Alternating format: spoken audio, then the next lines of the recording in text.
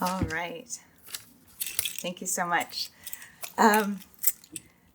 So in 2009, I left a 15 plus year career as an event manager and wedding planner and began my transition into working for the University of Texas system in risk management. I never signed up to be a professional event planner. I never signed up to work in workers' compensation and insurance, but it afforded me the opportunity to get back to science. And from there started what's now been 16 years as an informal science educator, predominantly focusing in astronomy and space science experience. And in 2017, coming back from Casper, Wyoming, knowing that the Texas Hill Country was going to be experiencing an eclipse in 7 years, I had 24 hours on my drive back to think, how can I help my community? How can I be a part of this? What can I do?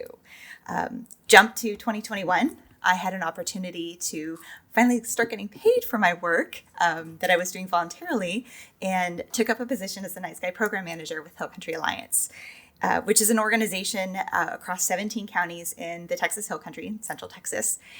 And within about a month or two of doing my night sky work, I was asked, hey, you know astronomy, right? I said, yes. And he go, what do you know about eclipses? I said, what do you want to know? And that was the next 3 years of my entire life. And my husband is also very glad it's over and we only have to do it once. Okay, let me see if I remember how to do that. Awesome.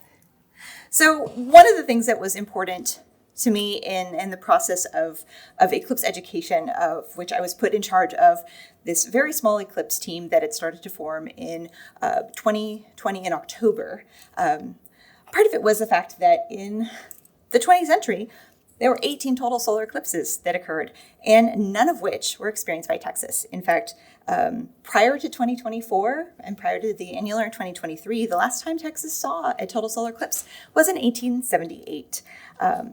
And there are going to be a few more opportunities, but in 2020, 2045, 2052, 2078, very small portions of the state, which if you don't know, is rather big. It's actually not until 2343 that we will have an eclipse that will cross the state at this level and this magnitude that we experienced in 2024. And when I say it's big, it's big.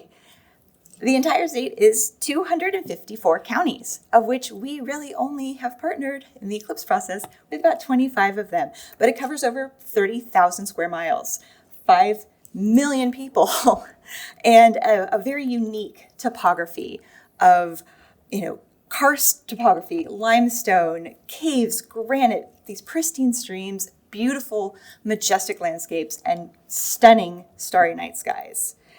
So as we began to convene quarterly roundtables, our team grew, and we covered 20 counties just within our central area, and then it continued to grow. And we had people joining us from outside of our general region, from not even parts of Central Texas, from folks that weren't even necessarily going to be on the path of totality, but were going to experience it.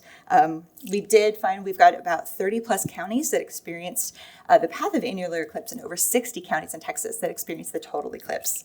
And we even roped in some out-of-state folks, some of which, again, were barely on the path of annularity and totality.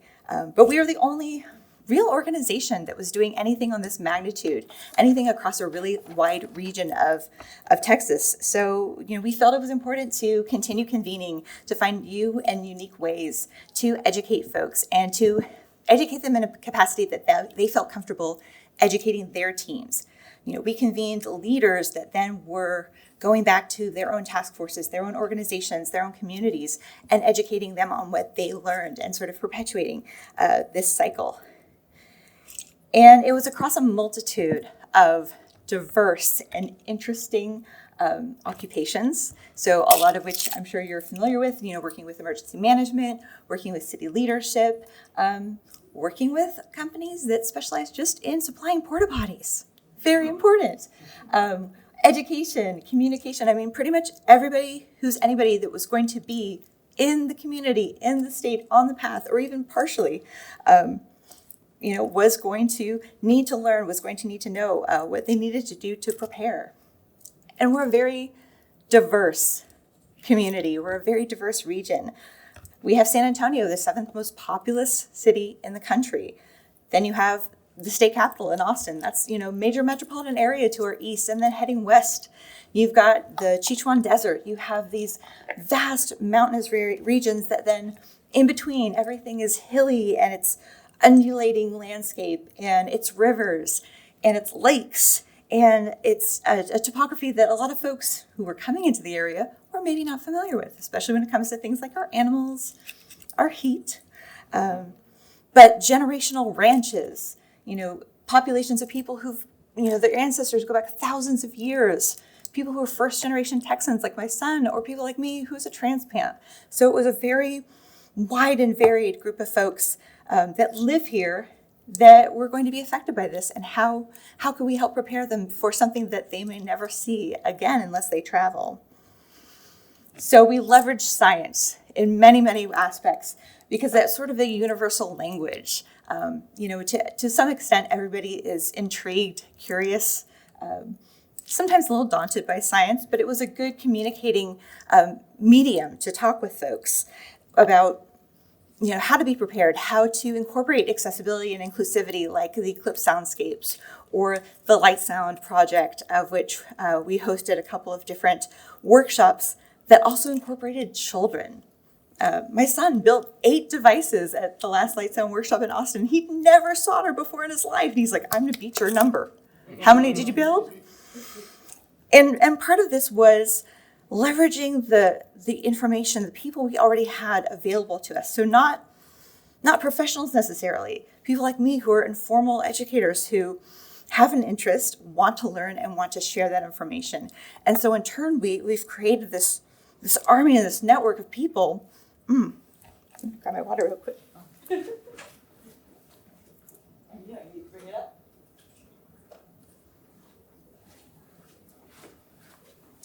We wound up creating people that, maybe weren't experts, but they knew enough and they knew how it applied to their type of work that they did, whether it's running a bed and breakfast or providing supply chain for grocery stores or managing, the Texas Department of Transportation.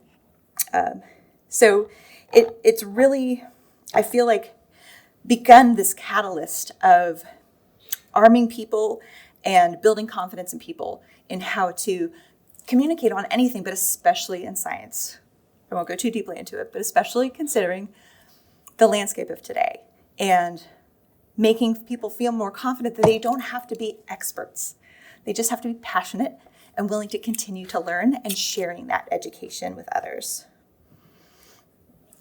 So in an effort to support this very lengthy endeavor, at Hill Country Alliance, we created a portal, we created resources, we created a specific document that was just for landowners and property owners and farm owners to deal with how do you decide to park people on your property that you've really maybe never opened it up before, and you've got livestock and a lot of different equipment. So, providing as much education as humanly possible, linking to probably a lot of websites managed by a lot of you in this room or a lot of resources, but creating a very extensive, very probably a little information heavy resource that folks could go to. And it actually, our portal wound up being the most visited page aside from our organization's homepage for over 3 years. And we're very proud of it. And we have, our recordings are still up of every quarterly roundtable we had, of every subject matter expert, like some folks on our panel who spoke, in more niche talks on a monthly basis, on a bi-monthly basis for over 7 months. So we tried to leverage that information as best as possible. And we had over 700 people that were part of just our Hill Country Eclipse team. And that only really goes into just the surface of what we were helping to perpetuate. Because, for every engagement that, I had as far as, connecting with 18,000 people, giving over 100 presentations. I'm just one of 700, and within each of those 700, they're also connecting with other people. So this really grew into a movement and something that has lasted and perpetuated well past these eclipses. I mean, we're still talking about it a year later, and people are going to be talking about it for years and years to come. And I think what it did for me how it kind of affected my eclipse experience was, it started in a car in 2017 of how can I help? And it led to the most unbelievable, exciting, rewarding few years of my life.